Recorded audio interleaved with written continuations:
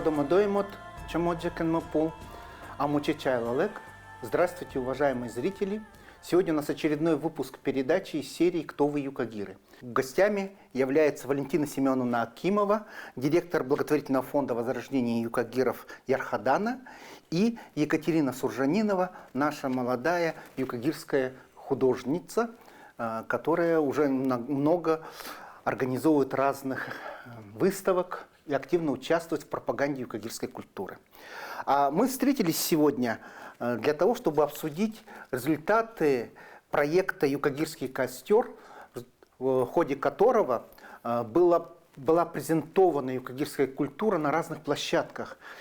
Это и в Москве, и в Болгарии, и в Сербии.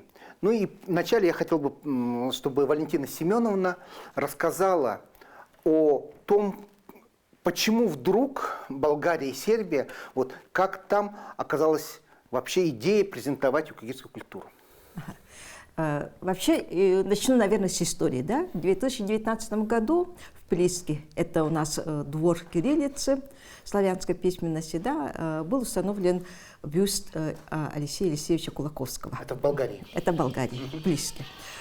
И там во время вот этих презентаций, да, Лариса Ильясовна Кулаковская предложила, скажем, установить бюст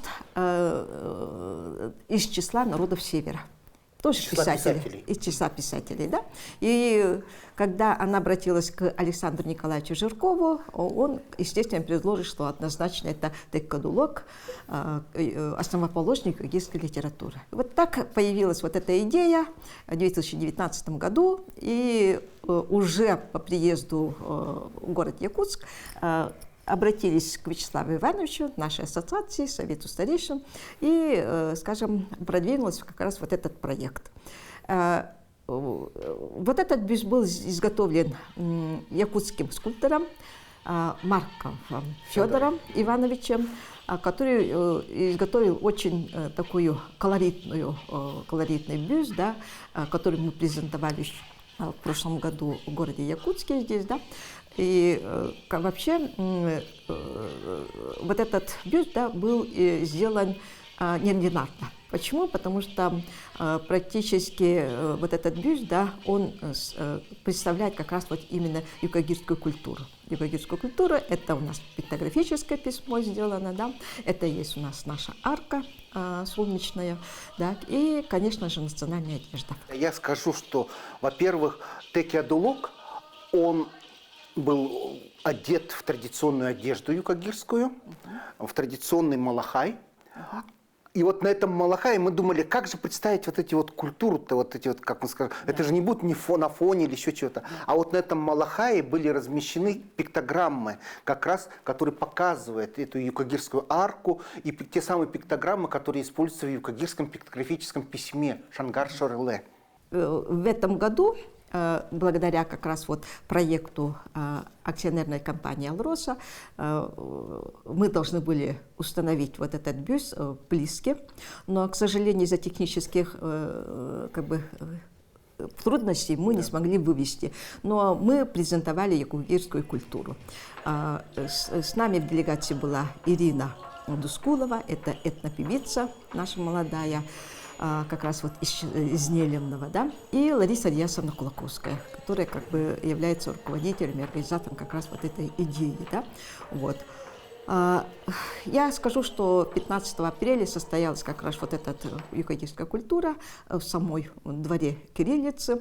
Были как жители вот этого города, деревни, ну и, соответственно, школьники, которые как раз вот увидели нашу культуру.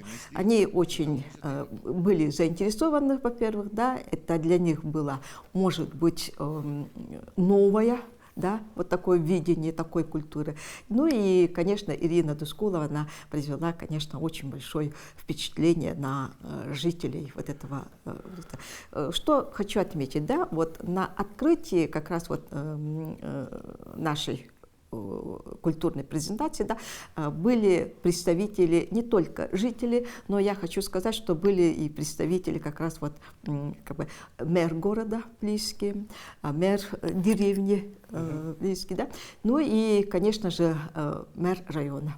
В принципе, была очень такая вот представительная аудитория. Валентина Семеновна, а что включало в себя вот презентацию юкагирской культуры? Ага. Мы рассказали о юкагирах, кто это, что за это народ, откуда этот народ. Наверное, это вы рассказывали. Да, я рассказывала как раз вот и начинала как раз вот именно с этих, как бы, с рассказа о юкагирах, да, вот. Но потом рассказали про культуру юкагирскую. Ну и уже вторая часть, это уже Ирина исполнила песни на юкагирском языке. Ну, конечно, мы вообще нашу презентацию начали как раз вот именно с благословения. Обряд показали, юкагирское благословение, да, а потом Ирина, она покормила огонь, да, ну и, соответственно, землю, которую привезли как раз вот из Нелемного, для того, чтобы... И нам уже указали место, где он будет установлен. Так, это напротив бюста Алексея Кулаковского, да, вот, и будет он там установлен, ну, когда прибудет. Ну, а для зрителей я просто скажу, почему землю из Нелемна, потому что Нелемное является родиной Текелдулока, откуда он родом. И получается так, что этот бюст будет устанавливаться не просто на чужой земле, а там уже есть, теперь я могу сказать, да, и частичка земли с родины Текелдулока. А немного для наших зрителей расскажите о самом Текелдулоке. Текелдулок – это основоположник юкагирской литературы, общественный деятель и, наверное, первый ученый, экономист из числа коренных малочисленных народов Севера, Сибири и Дальнего Востока. Я просто вам скажу, что он же автор знаменитой повести «Жизнь Имтургина-старшего», который это в 1931 году, и эта повесть потом неоднократно публиковалась, была переведена на 7 иностранных языков, неоднократно публиковалась в том числе и за границей, и она стала своеобразным, вот эта повесть стала своеобразным окном, который открыл народы Севера вообще западному читателю. Ну и еще скажу, что действительно Николай Иванович Спиридонов Текелдулок – это не просто ученый, да, исследователь из числа народов Севера. Ну, я скажу более того, это вообще первый кандидат наук вообще с республики Саха-Якутия. Он получил, это сделал уже в 1934 году. Вот. Таким образом, личность Текелдулока, она очень многогранна. Он известен и как писатель, известен как ученый, но с другой стороны он был еще общественным деятелем. Он был первым секретарем Аяно-Майского райкома партии, он был руководителем Хабаровского отделения Союза писателей, вот именно национальной части, национальной секции, которая в литературы народов Севера. Но он прожил всего 32 года. В 1937 году его арестовали, в 1938 году расстреляли. Он прожил всего 32 года, но он так много всего успел, что мы сегодня вот о человеке, который вот прожил неполных 32 года, сегодня говорим вот столько о нем достижений. И поэтому закономерно, что именно его бюст будет представлять в том числе и Якутию в этом музее. А теперь вот хотел бы, вернемся к этой презентации. А Ирина Дускулова, она что, вот одну-две песни исполнила? Нет, она несколько песен спела. Ирина Дускулова.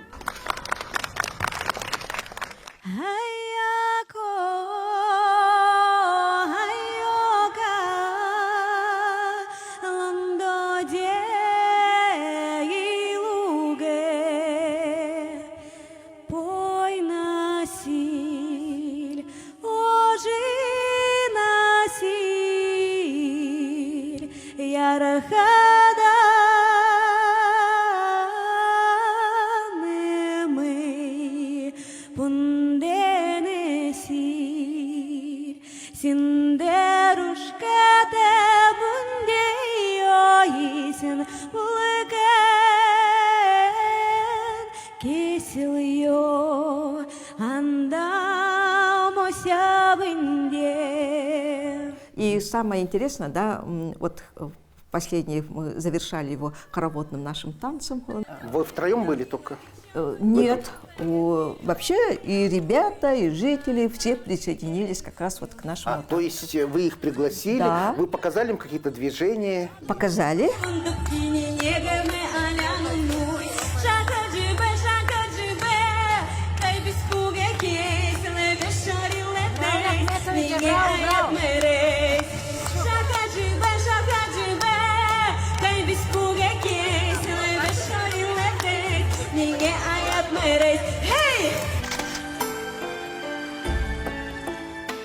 Я хочу сказать, что в принципе вот этот, как мы говорим, да, когда пели, да, один мальчик очень хорошо выговаривал юкагирские слова. Вот это меня вообще поразило. То есть мы ждем все-таки открытия теперь бюста, когда он туда прибудет, все-таки открытие данного бюста в этом музее. Да. Валентина Семеновна, интересно, что иностранный вояж на этом не закончился, он дальше продолжился. Да.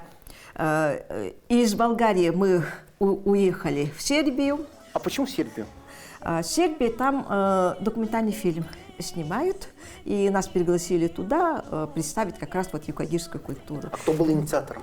Инициатором Лариса Рясовна, так и там цикл целый идет, да, и они снимали и тувинцев, да, и из России, да, ага, ну и так оказалось, что мы оказались вот в их числе для того, чтобы представить юкагирскую культуру, вот.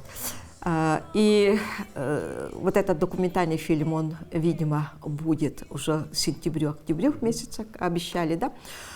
Ну и кроме того, у нас еще была встреча в посольстве Сербии, да. Так, ну и, конечно, они, зам как раз вот посла, он отметил, что вот такие культурные мероприятия, они очень нужны и очень необходимы для укрепления дружбы, мира между Россией, да, между Россией, между народами, и поблагодарил нас за то, что мы приехали и представили вот такую культурную программу. То есть мы можем сказать, вот кто-то может сказать, зачем и так далее, но это все-таки очень большой вклад в народную дипломатию, установление связи и в то же время в пропаганду, культуру народа вообще Севера. Да. Спасибо большое, Валентина Семеновна. Потом ваши стопы продолжились дальше в Москву. Да, у нас Москва была, «Сокровища Севера». А что такое «Сокровища Севера»? Вот несколько слов об этом. Вообще, вот эта выставка «Сокровища Севера», да, она проходит с 2005 года. То есть уже давно достаточно? Да, уже давно. В этом году как бы юбилейное мероприятие, 20-летие как раз он отметил, да. Вот. И как раз вот в рамках этого проходили различные конкурсы, как бы фестивали. Это у нас декоративно-прикладное искусство, как бы одежда национальная. Дальше художники у нас там были, то есть творческие, как раз вот именно косторезное искусство и так далее. То есть, в принципе, было очень много. И вот у нас в этом плане принимала участие как раз вот наша, тоже одна из участниц, да, Катерина Суржанинова. Катя, расскажи, пожалуйста, вот что ты представила на этой выставке? На выставке «Сокровища Севера» я участвовала впервые, ну, вообще в таком огромном масштабном мероприятии, в котором принимали участие очень много регионов России, арктических и из других стран также были участники. Помимо именно художественных каких-то промыслов, изобразительного искусства, косторезного, там было также кочевье Севера, в котором выступили наши певцы, да, артисты, певцы, танцоры с разных регионов, районов Якутии. Ну а я была представлена со своими картинами живописными на стенде именно непосредственно самой Якутии. Там была живопись и 8 картин, написанных в 2 районах республики. Это Тампонский, Нижнеколымский, вот Колымская, Андрюшкина. Как раз таки места, где проживают юкагиры, вены, чукчи. Портреты наших земляков были представлены на этой выставке. Твои впечатления о выставке? Мои впечатления, ну, первые слова, которые приходят на ум, это, конечно же, так много народу, и прямо такое соцветие, можно даже сказать, что это настоящее сияние всех народов нашей большой России. И очень много чего, конечно, узнала, очень много с кем познакомилась, увидела, чем живут, как работают, как поют и что делают народы России, и также и другие народы узнали, что у нас в Якутии проживает сразу несколько народов коренных малочисленных. Ну, это было такое масштабное событие, конечно. Есть ли отличия от культуры народов Севера, от разных регионов? Вот твой взгляд художника. Но я бы сказала, что менталитет плюс-минус у многих схож. Те, которые живут в арктических районах. Менталитет, что ты имеешь в виду? Это вот? Менталитет, ну, наверное, это какой-то характер, да, характер человека, взгляд, на что он обращает больше всего внимания, что его интересует. Люди всей арктической территории, они довольно-таки схожи в этом плане. Гостеприимство, наверное. Да, открытость. Отношение к природе. Да, безусловно. Вот. А что тебя больше всего так поразило, может быть, или удивило? Ну, мне было еще интересно узнать в этой выставке, так же, как проходит организация данного мероприятия, так как в будущем все равно мы будем планировать другие мероприятия, выставки, возможно, форумы, фестивали. И в этом плане было как бы узнать именно опыт изнутри. Какие из твоих картин, которые были там представлены, вызвали интерес? Ну, во-первых, люди, которые впервые видели картины, они были удивлены, то, что это вообще написано человеком. И... Да, а кем еще может быть написано? Ну, потому что у меня работы довольно-таки реалистичные в плане изображения людей, поэтому они говорили, что ну, это невозможно, как так можно писать людей. Просто фотографии, да, они думали? Да, и интересовались, кто изображен, откуда эти люди, чем занимаются. А кто был там изображен, кстати? Там было у меня очень много портретов. Вот портрет девушки из Колымского, чукчанки, Алевтины Слепцовой. Был портрет мастерицы юкагирской из села Колымское Анны Дмитриевны Слепцовой. Также была картина с пиктографическим письмом юкагиров, где именно на бересте было письмо любовное о девушке парню. Также и другие портреты. Вот из Тополинова Константин Андросов, Ивен Оленевод. Егловский Николай Васильевич из села Колымское, юкагир, тоже оленевод, рыбак и довольно активную такую общественную позицию имеющий человек. Данная выставка, она действительно проходит в одном из павильонов ВДНХ. Оно идет вроде 5 дней, скажем так, по программе, но это настолько насыщенные мероприятия. Достаточно сказать, что концертная площадка с 11 до 5 заняты, там почти в режиме нон-стоп идут презентации разных, с одной стороны, музыкальных, танцевальных коллективов, конкурсных, демонстрация вот моделей, вот тех, которые участвуют, например, мастериц каких-то и так далее, вот костюмов национальных и так далее. И это все в режиме вот 6 часов непрерывного постоянного действия. Сотни, возможно, нет, даже, наверное, правильно сказать, тысячи людей, которые проходят там и так далее. И это настолько насыщенно, настолько бурно и активно это происходит, что вот эти 5 дней, они просто происходят, пролетают буквально незаметно. Да, у нас была самая большая делегация из всех регионов России. По-моему, 100 с лишним человек представляла Якутию, и ансамблей, и мастеров, и художник. Вот у нас 2 человек было. Также певцы, артисты. Я скажу так, что Якутия действительно, как вы сказали, самая, наверное, большая делегация, но при этом интересно, что у каждого были свои источники финансирования. Там нерингринцы приехали за счет своих каких-то средств, за счет своих спонсоров, там эвенобатантайские за счет других каких-то источников. Кто-то был спонсирован Алроса, кто-то спонсировался Ассоциацией коренных малочисленных, кто-то спонсировался своим муниципальным образованием. То есть таким образом вот очень много людей прибыло. А И надо, наверное, отметить, что в этом году Якутия заняла первое место как раз вот именно в сокровищах Севера. По экспозиции. Да, впервые То есть вот экспозицию сама полностью. экспозиция вся, в общем, Да. да, получила первое место. Да. И это впервые, Да. кстати. Ну, я, кстати, скажу, что и впервые художественные произведения, вот я имею в виду картины, были впервые представлены в экспозиции. Кстати, может быть, и есть толика вашего вклада в то, что действительно экспозиция Якутии в этом году победила.